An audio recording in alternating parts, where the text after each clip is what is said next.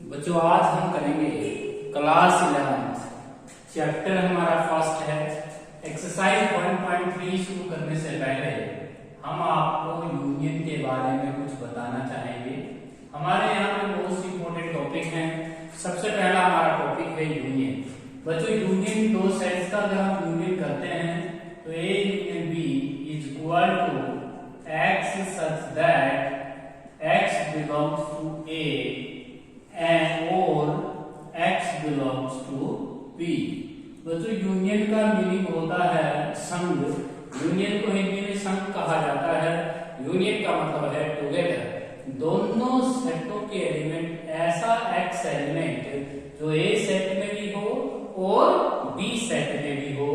For example union को हम बच्चों हमारे पास एक सेट है जिसमें हम लिख लेते हैं 1 2 3। बी सेट हमारा है 3 4 5। तो बच्चों हम ए यूनियन बी को अगर करना चाहें तो ए यूनियन बी हमारा हो जाएगा 1 2 3 4 5। तो ये हमारा हो जाएगा यूनियन। दो सेट्स का यूनियन अगर हम करें तो बच्चों ए सेट के और बी सेट के सभी एलिमेंटों को रिटर्न कर देंगे। बच्चों यूनियन का जो वेन डायग्राम होता है, यूनियन का अगर हम वेन डायग्राम बनाएं तो हमारा जो ए सेट है वो ये है मान लीजिए, और बी सेट है हमारा ये। तो ए यूनियन बी का जो साइंटिफिक सेक्टर है जिसको हमने अभी भी सेट किया है, तो ये ए यूनियन बी का वेन डायग्राम होता है। दो सेट्स को अगर हम साइंटिफिक कर देते हैं तो हमारे पास यूनियन का वेन डायग्राम होता है। इसके बाद बच्चों हमारा आता है इंटरसेक्शन। इंटरसेक्शन के अंदर देखिएगा, इंटरसेक्शन में बच्चों दो सेट्स का अगर हम इंटरसेक्शन करते हैं तो A intersection B is equal to X such that X belongs to A and X belongs to B. तो ये होता है बच्चों intersection. A intersection B, intersection का सिंबल ये होता है, यूनियन का सिंबल ये होता है। जो यूनियन का जो सिंबल होता है बच्चों वो इंग्लिश अल्फाबेट में कैपिटल लेटर से डिनोट होता है। ये है यूनियन का सिंबल। इंटरसेक्शन का सिंबल ये होता है। यदि बच्चों हमारे पास ऐसा एलिमेंट इंटरसेक्शन में हमें लिखना होता है जो दोनों सेटों में होता है। फॉर एग्जांपल ए सेट है हमारा 1 2 3, बी सेट है हमारा 3 4 5। तो बच्चों हम ए इंटरसेक्शन बी अगर करना चाहें तो ए इंटरसेक्शन बी हो जाएगा हमारा 3। तो ये हमारा कॉमन हो जाएगा। यदि आप ए इंटरसेक्शन बी का वेन डायग्राम बनाना चाहते हैं तो ए इंटरसेक्शन बी का ये डायग्राम हो जाएगा। ए और बी के जो कॉमन क्षेत्र हैं बच्चों, ए और बी का इंटरसेक्शन का जो वेन डायग्राम है वो आपका ये हो जाएगा। इसके बाद बच्चों हमारा टॉपिक आता है डिफरेंस। हम दो सेट्स का डिफरेंस कैसे करेंगे। ए माइनस बी को हम देखें डिफरेंस। अभी हमारा थर्ड टॉपिक स्टार्ट है बच्चों। थर्ड हमारा टॉपिक है difference of two set. Difference of two set. Difference of two set. दो सेट्स का हम डिफरेंस कैसे करेंगे। तो बच्चों हमारे पास सबसे पहले हमारा ए सेट है। ए सेट है हमारा 1 2 3 4।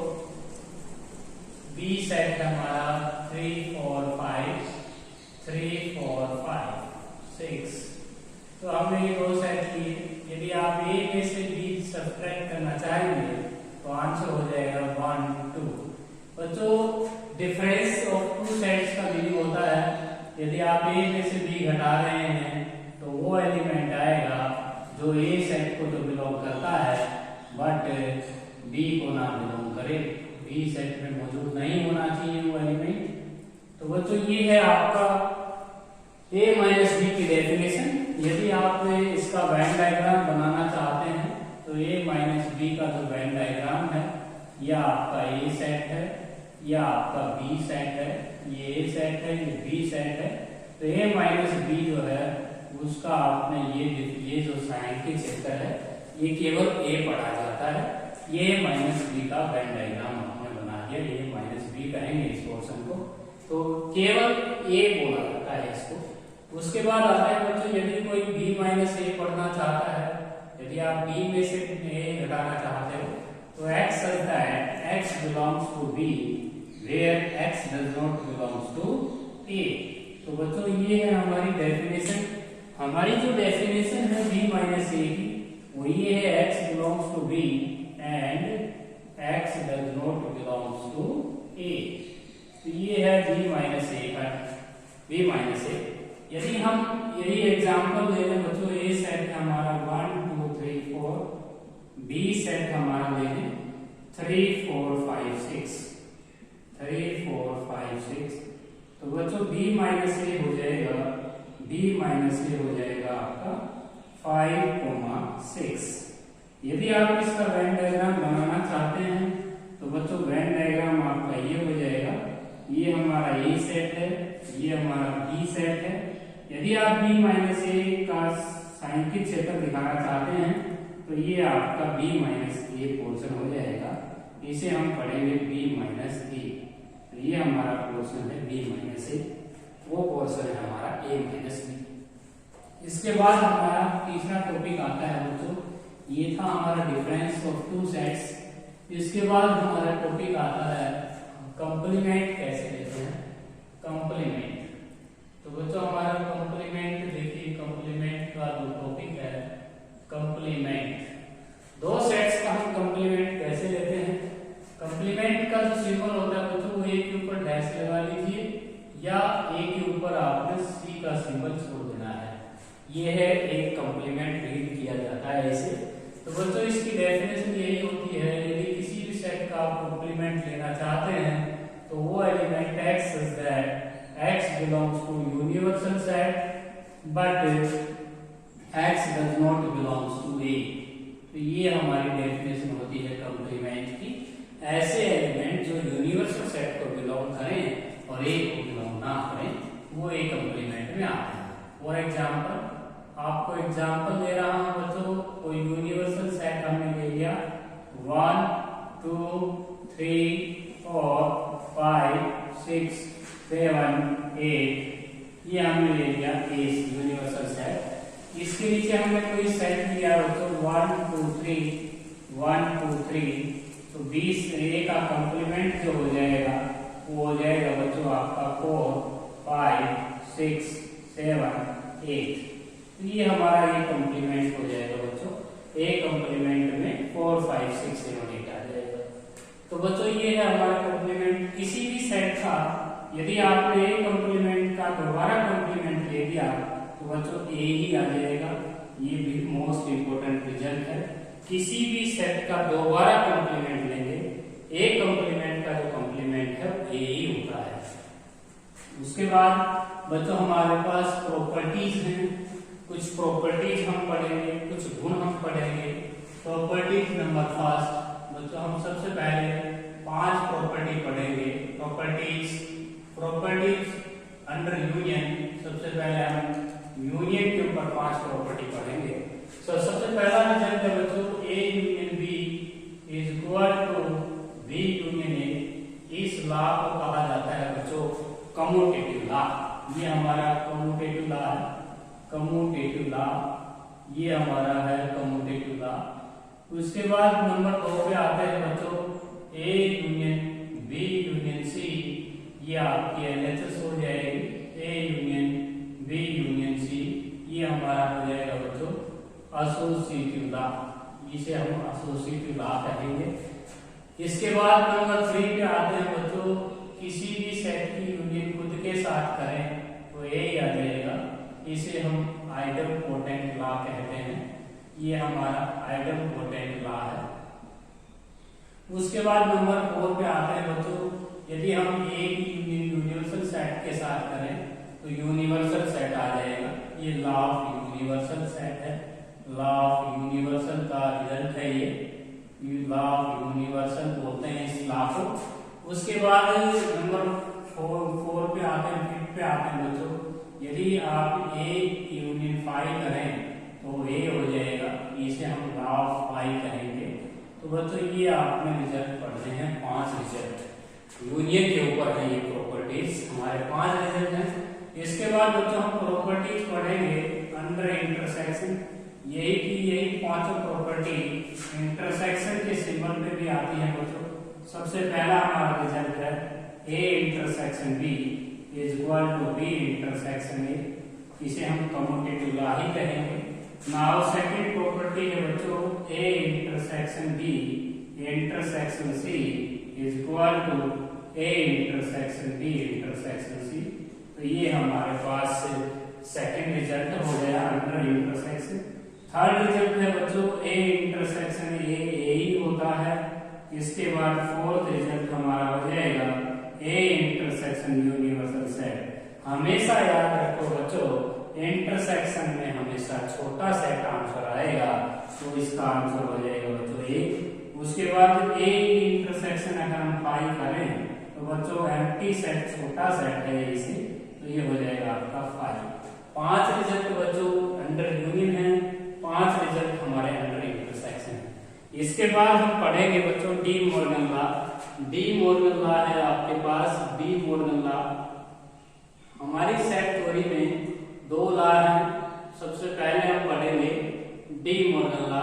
तो बच्चों डी मॉर्गन लॉ होता है ए यूनियन बी का फुल कंप्लीमेंट बराबर होता है बच्चों ए का कंप्लीमेंट इंटरसेक्शन बी कंप्लीमेंट। उसके बाद हमारा दूसरा रिजल्ट है बच्चों ए इंटरसेक्शन बी का फुल कंप्लीमेंट बराबर होता है ए कंप्लीमेंट यूनियन बी कंप्लीमेंट।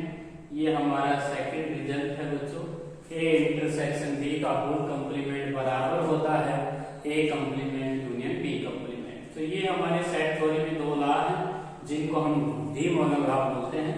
उसके बाद बच्चों ये भी रिजल्ट है यदि ए बी का सबसेट है देन इंप्लाइज जब ए यूनियन बी जो आएगी बच्चों वो हमारी बी आएगी और ए इंटरसेक्शन जो बी आएगा वो हमारा ए आएगा। यदि ए बी का सबसेट है तो A union B largest set आएगा, यदि ए बी का सबसेट है तो इंटरसेक्शन छोटा सेट आंसर आएगा। इसके बाद बच्चों हम पढ़ेंगे एक्सरसाइज 1.3 के कुछ क्वेश्चंस। एक्सरसाइज 1.3 हमारे देखिए उसका क्वेश्चन नंबर जो आप 4th क्वेश्चन से स्टार्ट करेंगे क्योंकि आपने पिछले क्वेश्चंस बिल्कुल इजी क्वेश्चन है बच्चों। हम क्वेश्चन नंबर 4 स्टार्ट कर रहे हैं। हमारा क्वेश्चन नंबर जो 4th है बच्चों हमारा क्वेश्चन नंबर 4th है 1.3 एक्सरसाइज में हमारी 1.3 एक्सरसाइज 1.3। तो बच्चों हमारा जो क्वेश्चन नंबर है 4th क्वेश्चन है हमारा बच्चों यूनिवर्सल सेट है आपने गिवन है। यूनिवर्सल सेट हमारा है 1 question number 4th। Question number 4th है बच्चों हमारा यूनिवर्सल सेट दे रखा है 1 से 9 तक 1 2 3 4 5 6 7 8 9 ये हमारा यूनिवर्सल सेट है। इसके नीचे हमारे पास 3 सेट दे रखे हैं। ए सेट है हमारा बच्चों 1 2 3 4, बी सेट हमें गिवन है, बी सेट हमारा है 2 4 6 8 और सी सेट हमें दे रखा है बच्चों 3 4 5 6। ये हमारे पास 3 सेट्स हैं बच्चों। यदि हमारा पहला क्वेश्चन ये है कि हमें ए इंटरसेक्शन का फुल कंप्लीमेंट बताना है, ये पार्ट है हमारा। तो बच्चों सबसे पहले हम इस क्वेश्चन को सोल्व करने के लिए पहले ए इंटरसेक्शन सी करेंगे, उसके बाद हम कंप्लीमेंट पढ़ेंगे। तो सबसे पहले आपको ए इंटरसेक्शन सी कर लेना है। तो यदि ए और सी में अगर कॉमन देखें तो बच्चों हमारा हो जाएगा ए और सी में कॉमन हो जाएगा 1, 2। अब हम ए इंटरसेक्शन सी का कॉम्प्लीमेंट लेना चाहते हैं। ए इंटरसेक्शन सी का कॉम्प्लीमेंट हो जाएगा 3 4 5 6 7 8 9। ये हो जाएगा आपका कॉम्प्लीमेंट बच्चों। ए इंटरसेक्शन सी का होल कॉम्प्लीमेंट का आंसर हो। डी पार्ट है बच्चों आपका D intersection C. B intersection C का कॉम्प्लीमेंट लेना चाहते हैं तो बच्चों बी सबसे पहले हमें बी इंटरसेक्शन सी सॉल्व करना है। बी इंटरसेक्शन सी हो जाएगा बी और सी में अगर हम कॉमन देखें तो आपका रिक्वायर्ड आंसर हो जाएगा 4, 6। अब हम इसका कॉम्प्लीमेंट ले लेंगे। बी इंटरसेक्शन सी का फुल कॉम्प्लीमेंट हो जाएगा बच्चों 1 2 3 और 5 7 8। तो ये हमारा 4 और 6 को छोड़ दिया जाएगा बच्चों, और यूनिवर्सल सेट में 9 तक भी आएगा, 9 भी आएगा बच्चों। तो ये हमारा बी इंटरसेक्शन सी का होल कॉम्प्लीमेंट होगा। सी पार्ट में बच्चों a माइनस सी का होल कॉम्प्लीमेंट, a माइनस सी का होल कॉम्प्लीमेंट हो जाएगा बच्चों। सबसे पहले हम a माइनस सी निकालेंगे, a माइनस सी और हो जाएगा a b से अगर हम c डिफरेंस करें तो आंसर हो जाएगा 1, 2। अब हम a माइनस सी का होल कॉम्प्लीमेंट ले लेंगे, a माइनस सी का होल कॉम्प्लीमेंट हो जाएगा बच्चों। a माइनस सी का कॉम्प्लीमेंट 1 तो नहीं आएगा, 3 4 5 6 7 8 9, ये आ जाएगा बच्चों आपका a माइनस सी का होल कॉम्प्लीमेंट। तो बच्चों ये आपका क्वेश्चन हो गया है, क्वेश्चन नंबर 4।